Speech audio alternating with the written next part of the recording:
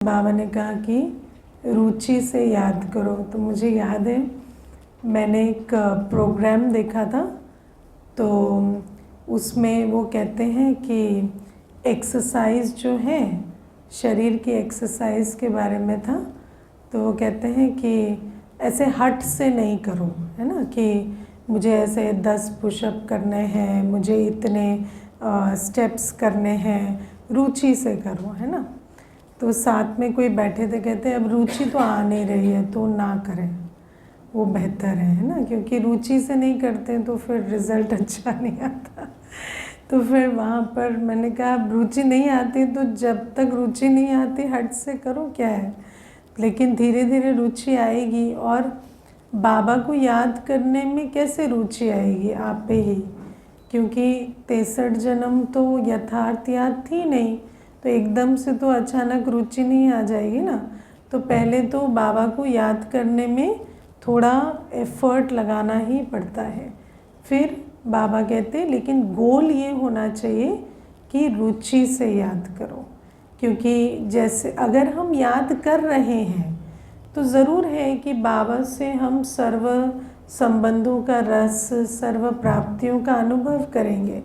और जब अनुभव करेंगे तो इतनी अकल तो है ना कि उस बाबा को याद करने में रुचि आएगी। और अगर नहीं आ रही है तो इसका मतलब वो हट भी काम नहीं कर रहा है क्योंकि बाबा की याद से तो बुद्धि का ताला खुलेगा ना।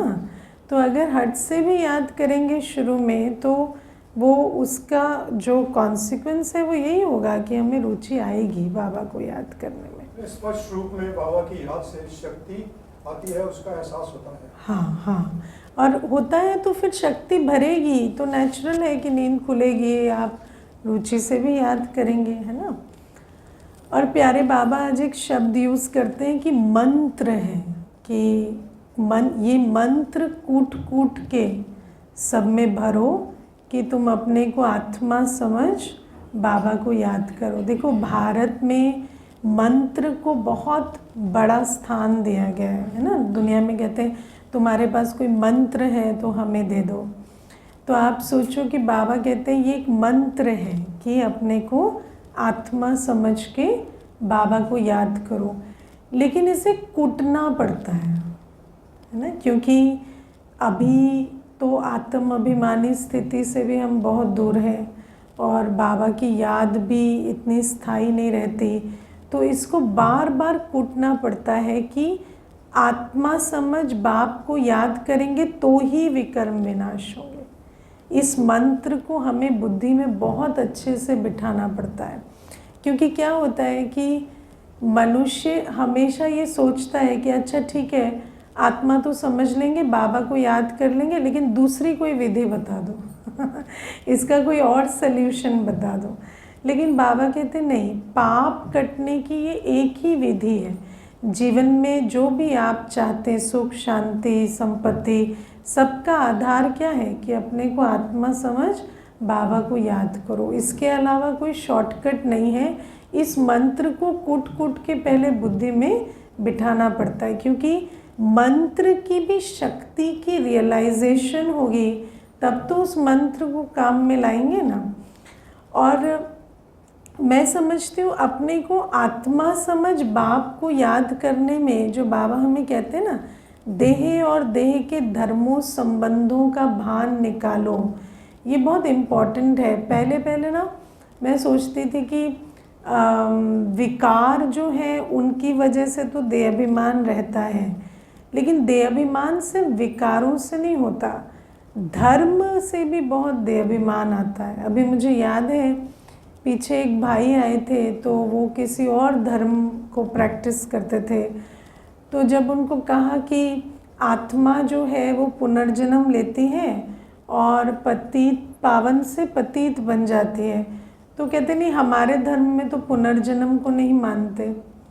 तो फिर वहाँ पर बात ही ख़त्म हो जाती है, क्योंकि अगर आप पुनर्जन्म को ही नहीं मानते तो फिर आप आत्मा पावन थी, पतित बनी, वो तो सारा ख़त्म हो जाता। तो फिर मैंने उनको कहा कि देखो आप जो मानते हो वो तो आप मानते आए हो ना। अभी आप यहाँ आए हो तो हम आपको जो ज्ञान सुना रहे हैं उसको आप थोड़ा एक्सपेरिमेंट करने की कोशिश करो। आप उसको मतलब ये मत सोचो कि आप कोई अपनी बिलीफ छोड़ रहे हो या कुछ, लेकिन बस एक बार ट्राई करके देखो कि क्या ये वर्क करता है। क्योंकि आप जो मानते हो उस मान्यता के साथ तो फिर आप सुख शांति ढूंढने आए हो ना, तो इसीलिए इसको ट्राई करके देखो। तो वो कहते हैं अच्छा ठीक है बताइए। तो फिर उनको थोड़ा है ना फिर समझाया कि यू आर अ सोल, और आप जब ओरिजिनल स्टेज में थे तो आप बिल्कुल प्योर हैं। फिर वो प्योरिटी को समझना कि विकार नहीं है या विकार नहीं होना कैसा होता है। तो धीरे धीरे वो जब समझने लगे तो मुझे कहते हैं कि वैसे ये जो आइडिया है this is a good idea. मतलब भले ही वो उसको ये नहीं कह रहे कि ये ट्रुथ है, लेकिन कहते हैं इट्स अ गुड आइडिया। अगर आप अपने को ऐसा सोचें कि हम ऐसे थे कि हमारे अंदर कोई विकार नहीं थे, तो ये अच्छा आइडिया है। तो आप सोचो कि धर्म से भी हमारे कितनी लिमिटेशंस आ जाती हैं। या आप सोचो कि बाबा हमें कहते हैं कि देह के संबंधों का भान भी छोड़ो। अब कई बार क्या होता है, देह के संबंध का भान ऐसा होता है कि ये चीज़ तो मुझे माँ से ही मिलनी चाहिए, पिता से ही मिलनी चाहिए, है ना। या मेरे माता पिता जो लौकिक हैं उनसे नहीं मिला तो ये पूर्ति नहीं हो सकती, है ना। या ये चीज़ कंपेनियन से मिलनी चाहिए, ये चीज़ देहधारी बच्चे से मिलनी चाहिए। तो वो जो देहधारियों के प्रति हमारा जो अटैचमेंट और एक्सपेक्टेशन है, उस आधार से हम वो कदम ही नहीं बढ़ाते कि हम बाबा से वो सर्व संबंधों का सुख लें। क्योंकि अंदर रहता है कि नहीं, ये देहधारी संबंध से ही मिलना चाहिए, है ना। आप कई बार देखना, हम बाबा से सर्व संबंध जोड़ने की जगह जो संबंध हमारे ठीक है ना दुनिया में देहधारियों के साथ, वो जोड़ लेते हैं, है ना। मानो you had a loving father, तो पिता का संबंध जोड़ लिया, पर साजन का संबंध नहीं जोड़ा। क्यों? साजन अभी ठीक नहीं चल रहा है तो अभी साजन को बाबा ठीक करें, साजन को छोड़कर बाबा से संबंध नहीं जोड़ेंगे ये बड़ा इंटरेस्टिंग है कि बाबा हमें कहते हैं कि सर्व संबंध मुझसे जोड़ो, और टेक्निकली ऐसा होना चाहिए कि जो संबंध बिगड़ा हुआ है वो हम बाबा से जोड़ें, लेकिन वो नहीं जोड़ते हम। जो ठीक है वो जोड़ लेते हैं, और जो बिगड़ा हुआ है उसके पीछे लगे रहते हैं, है ना, कि ये तो वहीं से पूरा होगा या फिर ऐसा होता है कि उल्टा, है ना, जो बिगड़ा हुआ है वो जोड़ लिया और जो ठीक है उसका रस वहाँ से लेते चले जाते हैं और बाबा से वो संबंध जोड़ते नहीं। तो वो जो सर्व संबंध का सुख है वो बाबा से नहीं लेते। तो बाबा हमें कहते हैं ऐसे कई प्रकार के हमारे देह और देह के संबंध के भान, देह के धर्म के भान हैं। इन सब से जब हम अपने को निकालें, और इसके लिए बहुत कूटना पड़ेगा कि मैं एक आत्मा हूँ। अब आप देखो, मुझे एक बार ना किसी ने बहुत अच्छी बात कही थी कि जब हम कमेंट्री सुनते हैं तो कहते कि मुझे एक कमेंट्री बहुत अच्छी लगती है, उससे मेरा योग लगता है। तो मैंने कहा क्या कमेंट्री है? तो कहते उस कमेंट्री में हम सुनते हैं कि जैसे झरने से पानी आ रहा है और उस पानी के नीचे मैं स्थित हूँ और उस पानी के प्रवाह को मैं अनुभव कर रहा हूँ, ठीक है। तो उसको हम परमात्मा का प्रवाह की तरह फील करते हैं। लेकिन जब वही बात परम धाम में लाइट स्वरूप बाबा हमें पवित्रता की लाइट दे रहे हैं, तो वो कहते हैं मुझे फील नहीं होता। लेकिन जब आप झरने वाला चित्र बनाते हो तो मुझे फील होता है। तो अब आप देखो ये भी कितना इंटरेस्टिंग है। तो उनको मैंने यही बात समझाई थी कि पानी को फील करना आपको आता है ना, you know how water feels. तो आपका जब वो आप कमेंट्री सुनते हो तो आपको पानी की फीलिंग क्रिएट करनी आती है, लेकिन प्योरिटी फील कैसी होती है वो आपको क्रिएट करना पड़ेगा। तो आलसी हो आप, हाँ, हो नहीं रहा है काम। तो प्योरिटी तो फील करनी पड़ेगी ना। अब प्योरिटी कैसी फील होती है, क्योंकि हमने कभी बाबा से पहले प्योरिटी को फील नहीं किया है। इस दुनिया में पीस, प्योरिटी, लव, है ना, हैप्पीनेस, पावर, इसका कोई एग्जाम्पल नहीं है। आप सोच के देखो कितनी बड़ी दुनिया है, लेकिन यहाँ कोई भी peaceful, loveful, knowledgeful, powerful, happy नहीं है। तो जब हम बाबा के पास आते हैं तो बाबा है पवित्रता का सागर, प्रेम का सागर, सुख का सागर, शांति का सागर, लेकिन उसको हमें बुद्धि से समझना पड़ता है। हम मुरली को जितना घोटते हैं और उस पर मनन चिंतन करते हैं तो हमें वो झलक मिलती है कि एक्चुअली प्योरिटी कैसी फील होती है। और बहुत टाइम लगता है, क्योंकि हमें शांति के सागर का अनुभव, प्रेम के सागर का अनुभव, या पवित्रता के सागर का अनुभव, या इवन जब हम बाबा से योग लगा रहे हैं तो मैं पवित्र अवस्था में स्थित हूँ या मैं शांत हूँ, तो कैसा होता है शांत स्वरूप या कैसा होता है पवित्र स्वरूप। आप कभी सोच कर देखो प्योरिटी कैसे स्टेट है कि जो भी आपके संस्कार हैं 7 गुणों को छोड़कर, उनमें से कुछ भी नहीं है उस प्योरिटी की स्टेट में। न इच्छा है, न भय है, न काम है, न क्रोध है, न कंप्लेंट है, न क्रिटिसिज्म है। अब उसके बिना फील कैसा होता है उसको तो क्रिएट करना पड़ेगा ना। तो बाबा हमें इसीलिए कहते हैं कि योग भी, जैसे आप जितना हमारे ज्ञान के आधार से योग है ना, तो जितना ज्ञान के आधार से हम अपने आप को, बाप को पहचानते जाते हैं, उतना हमारा योग भी बेटर हो जाता है। और धीरे धीरे वो अनुभव जो है बाबा के सानिध्य में हम अपने स्वरूप को भी अनुभव करते हैं। अब वो भी कहाँ, यहाँ। उसके बाद कर्मों में आना है, वो और एक मंजिल है ना, क्योंकि उसमें फिर कई वर्ष लग जाते हैं, क्योंकि आपके समझने में और करने में अंतर है। पहले तो समझ ही नहीं है, फिर समझने में और करने में फिर उसमें अंतर आता है, तो उसको ब्रिज करने में फिर और ताकत चाहिए। तो बाबा हमें ये बातें समझाते हैं कि अपने को आत्मा समझ, बाप को याद करना, यही पाप कटने की विधि है। और इस मंत्र को सबको धीरे धीरे धीरे ना पक्का कराओ। और अगर ये मंत्र पक्का नहीं हुआ है तो बाकी कोई भी बात भले सुनेंगे लेकिन वो बुद्धि में नहीं बैठेगी। और आप देखो आज हम ऐसा जैसे कोर्स वगैरह कराते हैं तो ये बहुत फीलिंग आती है आजकल कि मनुष्य आत्मा, हर मनुष्य आत्मा किस चीज़ के लिए भटक रही है। वो भटक रही है या तो गुणों के लिए, शक्तियों के लिए, या संबंधों के सुख के लिए, है ना। सबको यही चाहिए। और सबसे बड़ी चीज़ आज क्या है, लोनलीनेस। कल एक बहन कम से कम भी आप समझो 45 मिनट्स कंटिन्यूअस रोती रही, है ना, कि मैं ओनली चाइल्ड हूँ और मेरी रिलेशनशिप भी ख़राब हो गई और मेरे पेरेंट्स चले जाएंगे तो मेरा कौन है ना। तो आप सोचो कि उस फियर में, और आपको पता है उस फियर में उसने घर छोड़ दिया है।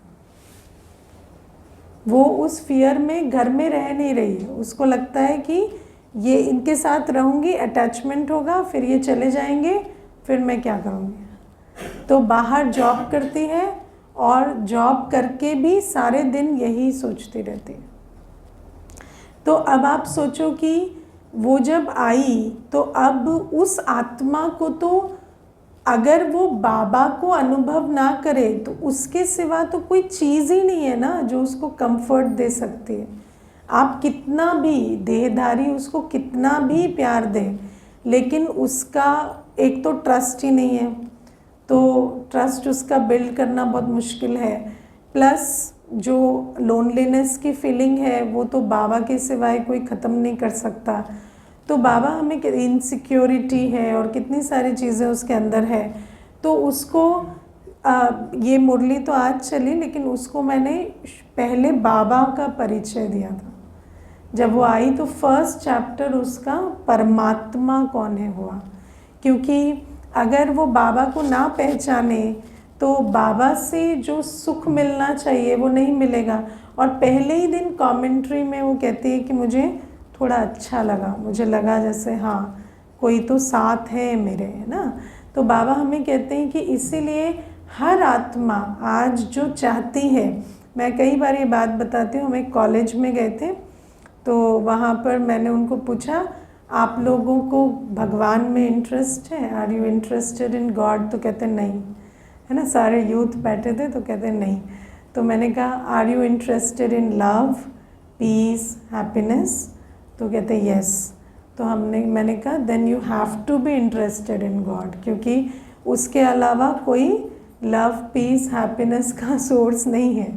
तो अगर आज आप देखो मनुष्य क्या है, भगवान से इतना विमुख हो गया। रावण की चाल भी ऐसी है ना कि रावण भगवान से विमुख कर देता है और फिर मनुष्य आत्मा भटक रही है सब चीज़ों के लिए। वही जो परमात्मा जिन गुणों का सागर है, जिन शक्तियों का सागर है, जिन संबंधों का सुख देने वाला है, उसी के लिए मनुष्य आत्मा भटक रही है, लेकिन वो मनुष्य से ढूंढ रही है बाबा के पास, है ना। और इवन ज्ञान में भी आते हैं तो क्या कहते हैं, बस व्यवहारिक चीज़ें समझा दो, प्रैक्टिकल समझा दो, है ना, बाबा बाबा मत करो, है ना। आपको पता है ना कि जब टीवी पर भी हमने परमात्म ज्ञान शुरू किया तो बहुत सारे लेटर्स आए कि हमें ये नहीं सुनना है, हमें बस वो सुनना है अपना एटीट्यूड कैसे ठीक करें, अपनी प्रॉब्लम्स कैसे सॉल्व करें, रिलेशनशिप्स में ठीक से कैसे चलें। तो मनुष्य ये कनेक्शन नहीं समझ पाता कि शिव बाबा के साथ जब डायरेक्ट संबंध होगा तो प्रकृति और आत्माओं के साथ हमारा इनडायरेक्ट संबंध बेटर बेटर बेटर होता जाएगा। तो बाबा हमें ये बात आज कहते हैं कि इसको कूट कूट के समझाना पड़ता है, और ये एक बार में बुद्धि में नहीं जाती, क्योंकि आत्मा समझना और बाबा से सुख लेना, बाबा से सर्व संबंधों का रस लेना, ये कोई हमारी प्रैक्टिस नहीं है। तो इस विधि से पाप कटते हैं या सर्व प्राप्तियां मिलती हैं, ये बात एक दिन में बुद्धि में नहीं बैठती। आप अभी भी देखना, इतने वर्ष भी, मानो आपको 8 वर्ष हो गए, 2 वर्ष हो गए, 4 वर्ष हो गए, अभी भी कोई बात आती है तो सल्यूशन आप कहाँ लेने चले जाते हैं, ना, फिजिकल सल्यूशन की परिस्थिति, है ना, आत्मा का विचार ठीक हो जाए, ये हो जाए, वो हो जाए, लेकिन सल्यूशन वहाँ है ही नहीं। सल्यूशन यही है कि जब आप आत्मा समझ बाबा को याद करेंगे, आपके विकर्म विनाश होंगे तो आपकी रियलिटी शिफ्ट होगी। इसके अलावा कोई सल्यूशन नहीं है। लेकिन बाबा कहते हैं इसको बहुत कूट कूट कर बिठाना पड़ता है, और इवन आत्मा समझने में टाइम लगता है, क्योंकि आप देखो इच्छाओं का संस्कार, आप सोच के देखो, आत्मा की ओरिजिनल क्वालिटी में इच्छा का संस्कार नहीं है, आत्मा की ओरिजिनल क्वालिटी में भय का संस्कार नहीं है, लोभ का संस्कार नहीं है, काम विकार नहीं है, क्रोध नहीं है। तो ऐसी आत्मिक स्थिति को भी रियलाइज करने में कितना कितना कितना समय लगता है, क्योंकि आत्मा अपने संस्कारों से भी खुद को न्यारा करे, है ना। आत्मा कौन है? मन, बुद्धि और पवित्र संस्कार। मन, बुद्धि और एक्वायर्ड संस्कार जो है उससे भी अपने को न्यारा करके देखना, इसमें बहुत मेहनत लगती है। तो बाबा ये बात हमें सबसे पहले आज समझाते हैं कि ये कूट कूट के सबको समझाओ। और फिर प्यारे बाबा हमें कहते हैं कि आत्मा का जो बाबा हमें कहते हैं कि हम जो विकर्म करते आए हैं ना, अभी बाबा हमें कर्म अकर्म विकर्म की गति समझाते हैं। अब कर्म अकर्म विकर्म की गति के बारे में ना मैंने बहुत विचार किया है। कर्म अकर्म विकर्म की गति को लेके बहुत कन्फ्यूजन है क्योंकि कई बार हम कहते हैं विकर्म ये माना क्या, गुस्सा करना विकर्म हो गया, ये विकर्म हो गया, लेकिन एक्चुअली कर्म कर्म विकर्म की गति का जो संबंध है वो समय के साथ है, और कर्म और समय के कनेक्शन को हमें समझना पड़ेगा।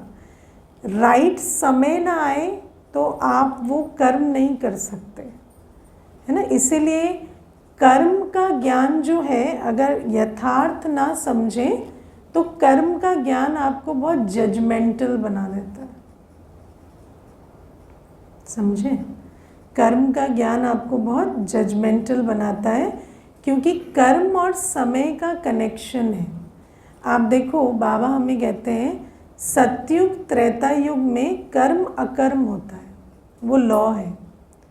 अब वहाँ कोई ऐसा नहीं है कि आत्माएं कर्म अकर्म करती हैं, नहीं, कर्म अकर्म ही होता है, क्योंकि आपकी स्थिति सतो प्रधान है,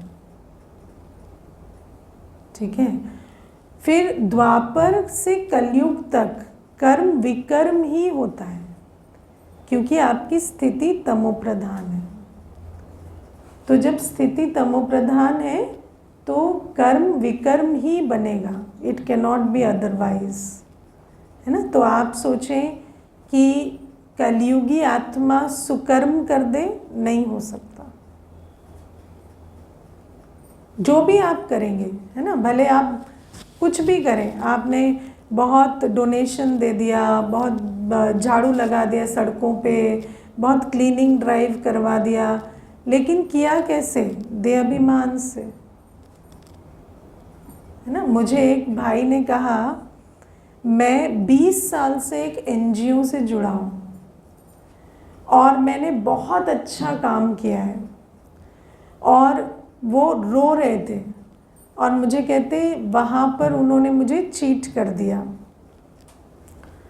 तो मैंने उनको कहा कि आप ना अभी जो भी आप कर रहे हैं वो अच्छा काम कहलाता है, पर वो अच्छा काम नहीं है ना। अगर आप रो रहे हैं तो अच्छा काम कहाँ किया?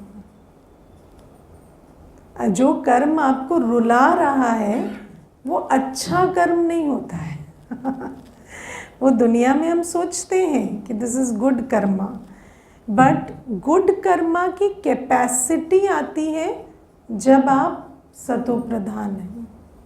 अगर आप पवित्र नहीं हैं तो आप अच्छा कर्म नहीं कर सकते। आप जो भी कर्म करेंगे उसके पीछे इंटेंशन काम क्रोध लोभ मोह अहंकार ही होगा, और जहाँ विकार बीज होता है वहाँ दुख फल होता है। और इसीलिए आज हर व्यक्ति चाहे अच्छा काम कर रहा है सो कॉल्ड या बुरा काम कर रहा है, लेकिन हर व्यक्ति आज दुखी है, क्योंकि ये जो बीज है ये विकर्म का बीज है ना। आज आप सोचो एक व्यक्ति ऑनेस्टली अपना धंधा भी चलाता है ना, कोई भी बिजनेस करता है, कुछ भी करता है, मानो ऑनेस्टी भी रखता है, तो भी तो उसको डर लगता है, तो भी तो उसको चिंता होती है, सब कुछ होता है। क्यों होता है? क्योंकि वो कोई परमात्मा के अर्थ नहीं कर रहा है, कर तो स्वार्थ से ही रहा है ना। तो जहाँ स्वार्थ है, जहाँ मोह है, जहाँ लोभ है, वो कितना भी आप ऑनेस्टी से कर रहे हो वो अच्छे कर्म में नहीं गिना जाता। समझ में आया? क्यों? क्योंकि वो कर्म का बीज ही विकार है। इसीलिए बाबा हमें कहते हैं कि द्वापर से कलयुग तक होता ही विकर्म है, और संगम युग में श्रीमत पर आप जब कर्म करते हो, जो कर्म आप श्रीमत प्रमाण करते हो, तो उस कर्म का वो कर्म सुकर्म कहलाता है। क्योंकि और अगर एक्यूरेट श्रीमत पर है, है ना। श्रीमत माना दो चीज़ें होती हैं, एक तो बाबा की जो मत है उसके आधार से वो कर्म राइट होना चाहिए, है ना। जैसे अब मैं ये नहीं कह सकती कि श्रीमत पर हम विकार में चले गए, तो श्रीमत पर तो आप विकार में नहीं जा सकते ना। तो श्रीमत माना एक तो बाबा की मत पर होना चाहिए, बाबा जो जैसे कर्म को करने या ना करने के लिए हमें कहते हैं वो कर्म की क्वालिटी वैसी होनी चाहिए। बाबा कहते याद में भोजन बनाओ, पवित्र भोजन खाओ, तो वो भी कर्म है, वो भी सुकर्म में जाएगा। आपका बनाना खाना भी सुकर्म में जाएगा। दूसरी बात है, जब हम श्रीमत पर कर्म करते हैं तो उसका एक बहुत बड़ा एस्पेक्ट है, करावनहार बैठा है और हम निमित्त बन कर रहे हैं। अपनी मत पर करना माना मैंपन, मैंने किया, लेकिन श्रीमत पर किया माना बाबा ने कराया, मैंने किया, तो मालिक बाबा है। उस कर्म का कॉन्सिक्वेंस जैसा भी आता है, अच्छा बुरा, उसमें हम उसके कॉन्सिक्वेंस को चेक करने नहीं जाते, क्योंकि हमने किया उसकी मत पर, तो वो जाने और ड्रामा जाने, हमें उससे कुछ नहीं करना।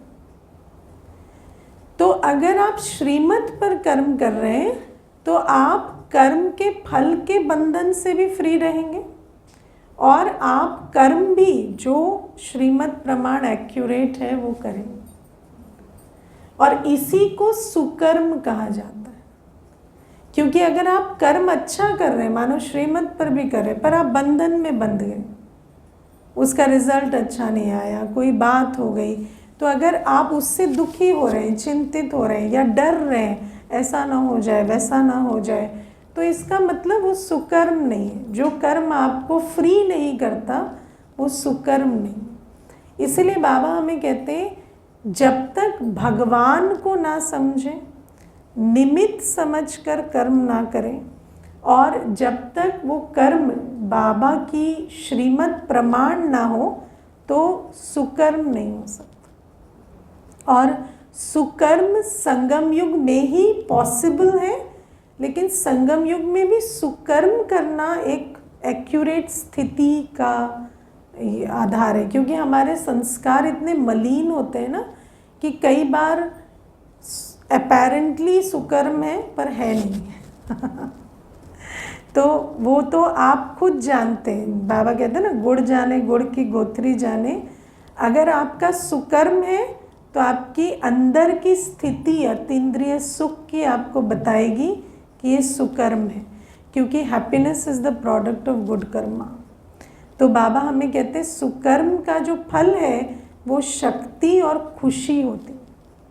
तो अगर आपकी दिल खुशी और शक्ति का अनुभव नहीं कर रही सदा काल के लिए, ऐसा नहीं जब ठीक हो रहा है तो खुशी और शक्ति ऊपर नीचे हो गया तो खुशी गायब हो गई, क्योंकि कई बार तो रिज़ल्ट भी ठीक आ रहा है तो आपको लग रहा है कि अच्छा भाई मेरी स्थिति ठीक है, तो स्थिति ठीक क्यों है, क्योंकि रिज़ल्ट अच्छा आ रहा है या हमेशा वो इम्पॉर्टेंट है। और अगर स्थिति हमेशा ठीक है, आप सदा सुख स्वरूप शक्ति स्वरूप हैं, तो हाँ आप सुकर्म कर रहे हैं, क्योंकि आपने तो बाबा की श्रीमत पर किया, आपने तो स्वार्थवश नहीं किया ना। तो उसका जो भी फल मिला, जो भी आता है, आप उसको एक्सेप्ट कर सकते हैं। एक्सेप्ट भी आपको नहीं करना है, क्योंकि जिसकी मत पर किया उसको दे दो, है ना, वो जाने। तो बाबा हमें कहते हैं इस आधार से हम सुकर्म कर सकते हैं।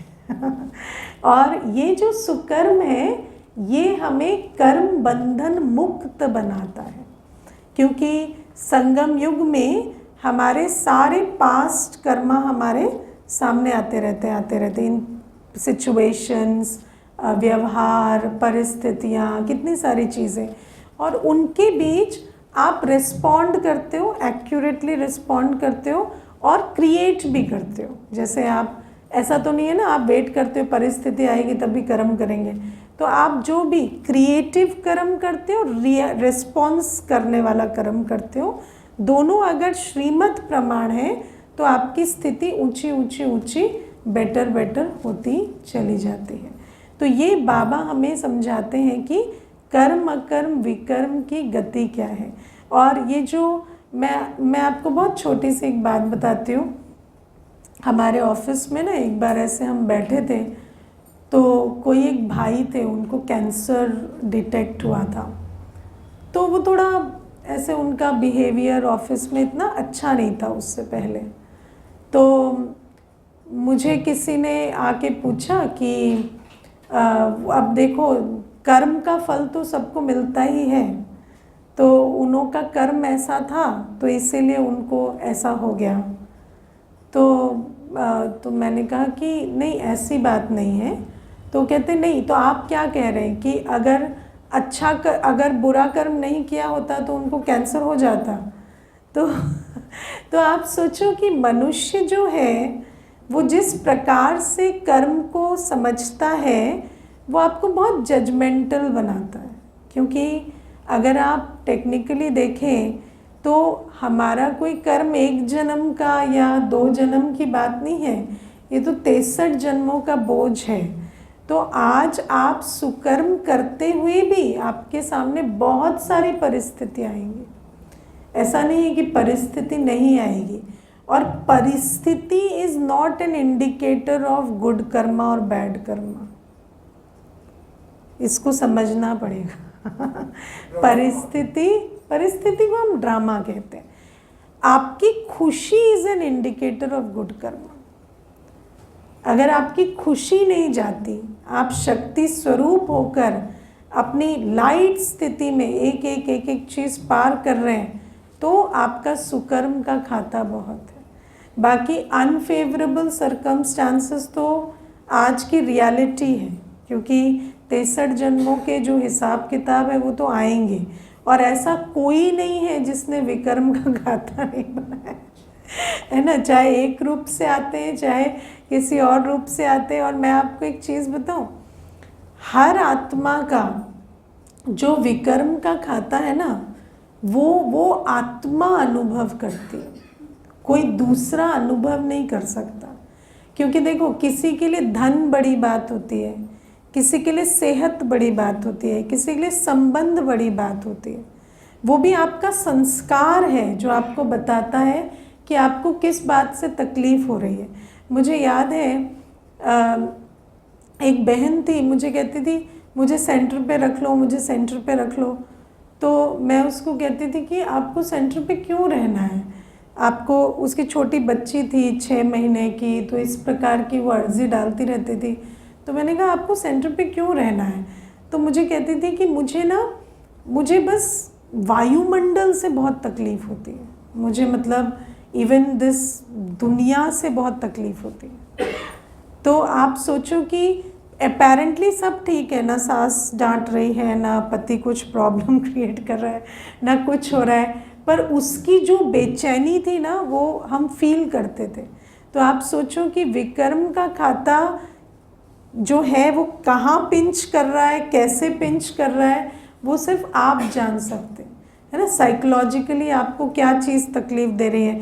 अब आप देखो OCD जो होता है, तो साइकोलॉजिकली व्यक्ति कितना परेशान हो रहा है, उस ऑब्सेसिव कंपल्सिव डिसऑर्डर जो थोड़ा भी गंदगी और ये सब से, तो साइकोलॉजिकली व्यक्ति कितना सफ़र कर रहा है। लेकिन टेक्निकली तो कुछ प्रॉब्लम नहीं है ना, क्या प्रॉब्लम है, आप एक क्लीन एनवायरनमेंट में रह रहे हैं, कोई प्रॉब्लम नहीं है। तो अगर देखा जाए तो ये विकर्म भी बहुत इंडिविजुअल चीज़ है। इसलिए हम ये नहीं कह सकते कि अच्छा इसको बड़ा रोग हुआ तो इसका बड़ा विकर्म है, नहीं।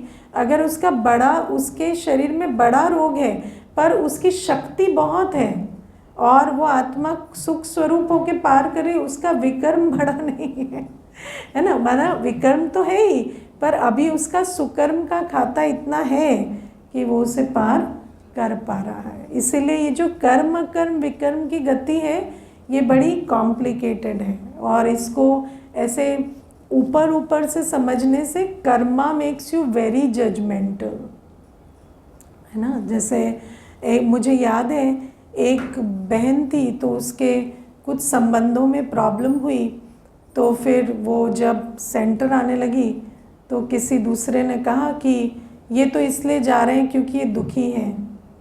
है ना। तो मैंने उनको कहा दुखी तो आप भी हैं, आप तो आए नहीं। तो कहते नहीं हम तो दुखी नहीं है। मैंने कहा वो अपने दिल से पूछो हो कि नहीं हो। हर कोई दुखी है, पर ऐसा थोड़ी है कि सारे दुखी सेंटर आ रहे हैं। तो जो दुखी, दुख भी जो है वो बहुत इंडिविजुअल है। ऐसा नहीं है कि हम कहें ये बात दुख की बात है या वो बात दुख की बात है। लेकिन अगर कोई दुखी होकर सेंटर आ रहा है तो उसका तो पाप पुण्य का खाता बहुत अच्छा है पीछे का, जो दुख में वो सेंटर आ रहा है। दुख में तो व्यक्ति और भी है ना गलत काम भी कर सकता था, पर ये तो उसके अच्छे कर्मों का फल है जो वो सेंटर आ रहा है। तो ये जो कर्म की गति है ना, ये बड़ी कॉम्प्लिकेटेड चीज़ है। फिर बाबा हमें कहते हैं कि जितना हम बाबा को निरंतर याद करते हैं उतनी याद की उछल आती है हमें। क्योंकि आप देखो जैसे वो बिरबल की खिचड़ी की कहानी आती है ना कि थोड़ी आग जलाई, थोड़ी पकी, फिर बंद कर दिया, फिर आग जलाई, फिर बंद कर दिया। तो उसमें तो कोई इवन जो खाने में भी उछल आती है वो आएगी क्या, है ना।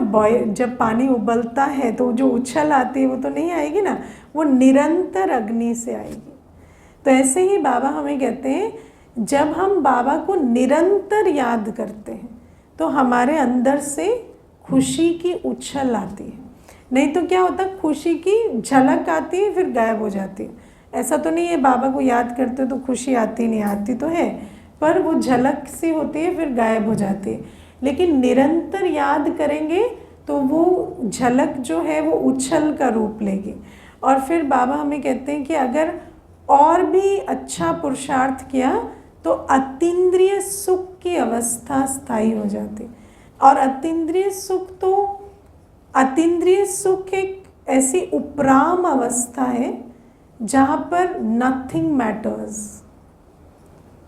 फिर आपको किसी चीज़ से, किसी भी चीज़ का प्रभाव नहीं होता। तो बाबा कहते हैं ऐसी अतीन्द्रिय सुखमय जीवन जहाँ आप अपना श्रेष्ठ कर्म भी करते जाएं और प्रभाव मुक्त भी रहें, ऐसी अतीन्द्रिय सुखमय जीवन के अनुभवी बच्चे बन सकते हैं अगर वो यथार्थ विधि से चले तो। और बाबा हमें ये भी कहते हैं कि प्यार के सागर के बच्चे हैं हम, तो हमें प्यार से रहना है। और सतयुग में प्यार की सृष्टि है, और उस सृष्टि में हम जाएंगे कैसे, जब अभी प्यार से रहेंगे। लेकिन प्यार भी बेहद का होना चाहिए, है ना। प्यार ऐसे जो दुनियावी प्यार नहीं, प्यार बेहद का। और आप देखो हम जिस अवस्था में अभी हैं, हमारे संस्कार एक दूसरे से नहीं मिलेंगे, वो पॉसिबल नहीं है है ना। एक का संस्कार दूसरे के जैसा नहीं होगा, एक की सोच, एक की विचारधारा भी दूसरे के जैसी नहीं होगी। लेकिन आपस में चलने के लिए हमें प्यार चाहिए, और वो प्यार किस आधार से आता है कि हम एक पिता की संतान हैं, आपस में भाई भाई हैं।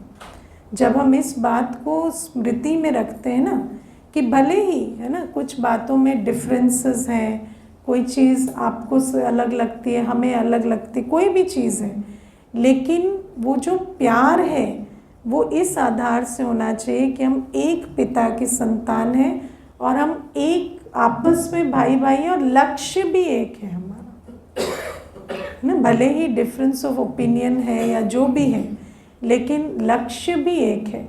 और वैसे तो देखा जाए तो श्रीमत को अगर आप प्रॉपरली समझें और हर एक समझे तो डिफरेंस ऑफ ओपिनियन भी ख़त्म हो जाएगा। लेकिन श्रीमत को भी हम नंबरवार समझते हैं, है ना। हर एक श्रीमत को भी टोटली समझता नहीं है। इसीलिए बाबा हमें कहते हैं कि ये जो प्यार है ये हमें इस आधार से रखना होता है कि हम एक पिता की संतान हैं और हम भाई भाई हैं। और भले ही कितना भी हमारे बीच डिफरेंसेस हों, लेकिन हमारे दिल से, है ना, प्यार का ऑपोजिट एनर्जी नहीं आनी चाहिए। चाहे वो, है ना, चाहे वो शुभ भावना, शुभकामना का कम हो जाना ही है, वो ना हो। और अगर इस प्रकार से हम चलते रहेंगे तो सत्युगी सृष्टि तक पहुँचते पहुँचते ऐसे बन जाएंगे कि दिल से जो प्यार का संस्कार स्थायी हो जाएगा। और बाबा हमें कहते हैं जहाँ गीता का ज्ञान है वहाँ महाभारत की युद्ध भी है है ना। और बाबा कहते हैं माया तो छोड़ती नहीं है, वरना देखो कितना सिंपल है ना, अपने को आत्मा समझो, बाबा को याद करो, पवित्र बनो, सत्युग चले जाओ, इतना इजी है। इससे ज़्यादा इजी कुछ होता है क्या श्रीमत पर चलो, है ना। श्रीमत भी क्या है, 6, 7, 8 बातें हैं, है ना। शुद्ध भोजन खाओ, ब्रह्मचर्य में रहो, अमृत वेला करो, चाट दो, यही सब चीज़ें तो हैं, कोई बड़ी बात तो है नहीं, लेकिन बड़ी बात बन जाती, क्यों? माया। तो बाबा कहते हैं, इसीलिए मुझे कभी कभी लगता है कि आत्मा का ज्ञान, बाबा का ज्ञान तो चाहिए, माया का भी बहुत ज्ञान चाहिए, है ना। इसीलिए आप देखना, अगर आप क्लोजली देखेंगे तो बाबा हमें मुरलियों में माया का बहुत ज्ञान देते हैं माया ऐसे आती है, इस रूप से आती है, इस द्वार से आती है, ऐसे करती है, ऐसे करती है, ये लक्षण है ना, पढ़ाई छूट जाती है, या है ना, कोई निशानियां बाबा हमें बताते रहते हैं, क्योंकि माया को परख कर माया जीत बनना बड़ी बात है। और जितने भी ऐसे बच्चे रहे जो या जिनकी यात्रा आधे में, है ना, रुक गई, वो इसलिए नहीं कि उनके प्यार में कोई कमी है बाबा के साथ, प्यार तो उनको भी था, प्यार तो है ना, या ऐसा भी नहीं कि पुरुषार्थ नहीं था या श्रीमत पर नहीं चलते, सब कुछ चलते, लेकिन माया को पहचान नहीं पाते और माया जीत नहीं बन पाते। इसीलिए आप देखना, आजकल घर टूट जाते हैं और 5-7 साल के बाद आप किसी को पूछो तो कहेंगे बहुत प्यार था, लेकिन उस टाइम ना समझ नहीं थी, तो ऐसे डिसीशंस ले लिए कि वो घर टूट गया। तो वो जो माया की समझ है ना, वो बहुत ज़रूरी होती है। इसलिए बाबा हमें कहते हैं, गीता ज्ञान तो सुन रहे हो, पर महाभारत युद्ध की भी समझ रखो कि इतना अच्छा परख शक्ति, निर्णय शक्ति हो योग बल से कि हम माया को पहचान कर जीत पाए। ओम शांति।